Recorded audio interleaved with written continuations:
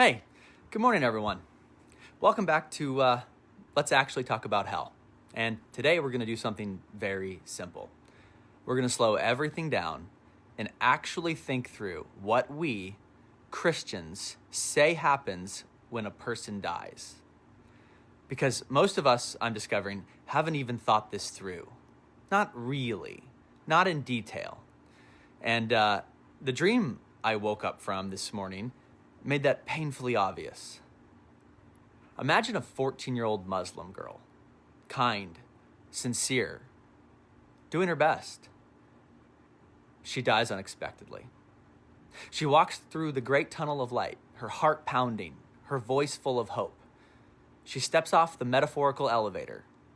Allah? Muhammad? Are you here? She steps into the receiving room of eternity. And instead of the God she has loved her whole life, Jesus walks out. Now, here's the question. What do you think happens next? Because most Christians, if you press them, tell this story in their head without realizing it. Jesus says, sorry, no Allah, no Muhammad. Not at all. You should have known better. Your parents, your culture, your entire world taught you wrongly. But the Bible was clear, and I see you didn't even bother to own a copy of my word, for gosh sakes.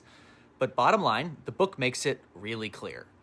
You didn't choose me, so away from me, I never knew you. And then what?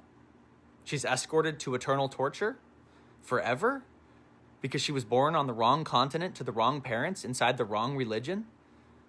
But if you say, no, Jesus would love her and create a way for her to go to heaven, I actually agree with you. The problem with this, the Bible, under the literal reading interpretation, doesn't say this. And it somehow instead generates this bonkers concept called eternal conscious torment. Guys, why don't we think God would have been vastly more clear about this if this is really the way it works? And that's the part that finally broke something open in me. If eternal conscious torment was true, a loving God would have had to have made it unmistakably clear. Not debatable, not a puzzle, not someone call Nick Cage. We've got to solve a national treasure style hunt while we wade through Greek translations and the hermeneutics of it all. It wouldn't be what we've experienced. These deep debates and interpretive arguments across denominations for 2,000 years. And if you don't realize, there have been millions of Christians who do not believe in eternal conscious torment. I don't know what to tell you. If billions of souls were really at stake, he wouldn't have let us disagree. He would have made it abundantly clear. Because if eternal torture was how this worked, and the Bible was as muddy as it is on it, it wouldn't just be unfair, it would make him a terrible father. And he isn't. So we must be misunderstanding what's going on. If it's like Jesus says, and you have to be able to see things like a child to enter the kingdom, God would have made sure our avoidance of eternal conscious torment could have been understood by a third grader. So some of you have asked, where am I getting all of these wild ideas? Here's the truth. This didn't come from me, and you don't have to believe what I'm about to tell you, but it's true nonetheless. In 2021, when I was depressed beyond words, I asked God for help, expecting shame, correction, and maybe a list of ways to improve my behavior. Instead, the Holy Spirit, ruach, which is a feminine word in Hebrew, said to me, you are afraid of me because you think I'm a tyrant. And I realized I wouldn't have consciously used that word, but deep down in my nervous system, yeah, that's exactly what I believed. Because what else do you call a God who tortures people forever? And then she said to me, why would I need eternal torture? What purpose would it serve? If I did not want someone in heaven, I would simply not let them in. Yeah, that was the night everything changed for me. Because I met a God my nervous system didn't have to brace against anymore. Most people, including lifelong Christians, have never thought deeply about the afterlife. Do you know why? Because the traditional model is too terrifying to contemplate. You can't hold it consciously without it damaging you.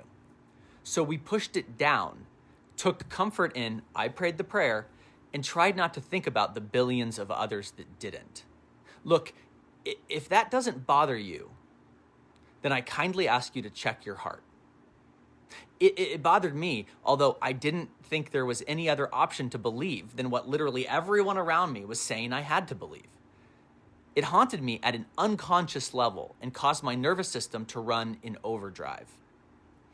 Here's a fun one. In a letter, Martin Luther, one of the leaders of the Protestant Reformation, wrote to Hans von Reichenberg in 1522 about the possibility that people could turn to God after death, asking this question: who would doubt God's ability to do that? I agree with Luther. So let's talk about near-death experiences. Because if we're talking about what happens when people die, we should probably listen to people who have actually done it. A near-death experience is simple. The heart stops, the brain shuts down, the person should be unconscious, but they're not. They remain aware, sometimes for minutes, sometimes much longer, and then they come back. And across thousands of cases, age, culture, religion, language, they report the same things. The presence of overwhelming love, a light that feels personal, communication without words, a review of their life from God's perspective, not condemnation. People who didn't believe in God come back believing in a God who is pure love. People who were afraid of God come back unafraid. And here's what's cool about this. Scripture lines up perfectly with this. Christians don't know this because we were told NDEs are new age or something. But the Bible actually describes this very thing. 1 Corinthians 3, the life review. Paul says each person's life is tested by fire. Our actions burn or remain, but the person is saved, yet as through fire. Here's the full passage. Each one's work will be shown for what it is, because the day will bring it to light. It will be revealed with fire, and the fire will test the quality of each person's work. Then here's the kicker. If the work survives, he will receive a reward. If it is burned up, he will suffer loss. But he himself will be saved, yet through fire. That's 1 Corinthians 13, 14, and 15. So Paul here very clearly names the review, describes the process, testing by fire, describes the experience, suffering and loss, guarantees the outcome, he will be saved. This perfectly mirrors purification, not damnation. And then Paul ties it to the day, meaning the final judgment. That's exactly what NDE survivors describe. Many that were previously atheist or agnostic, coming back telling people how real God is. They had a purifying experience that reveals what truly mattered and teaches them how to love. Not punishment, but transformation. I'm just going to ask this again. Why wouldn't we want this version of events to be true? And this version of events can easily be backed up biblically. The only conclusion I can reach then is, one, we haven't ever really thought about this before, and I think most people are in this camp, or two, you're obsessed with religion and being right. So I believe NDEs point to what Paul talks about in Philippians 2. Every knee will bow once they've experienced and been corrected by true love, which can be painful, by the way. Not from fear, but because the truth of God's goodness becomes undeniable. That is what people experience in the light. Purification. Yes, some people report going to dark and terrifying realms. But here's what's so interesting. Every one of those people says the same thing. The moment they couldn't take it anymore, they cried out for help, and instantly God pulled them out. Instantly. People say, I reached for Jesus and he came.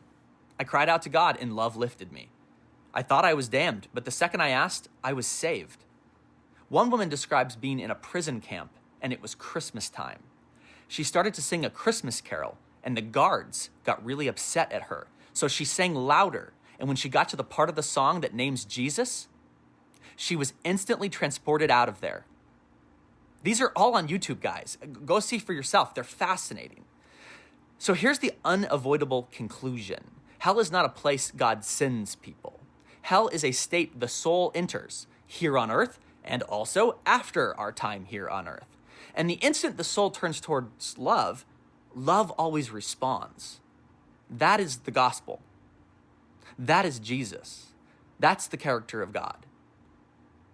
Okay, if this is still just a loving story, if this is still something that includes all love and all justice, why do so many people hate this idea?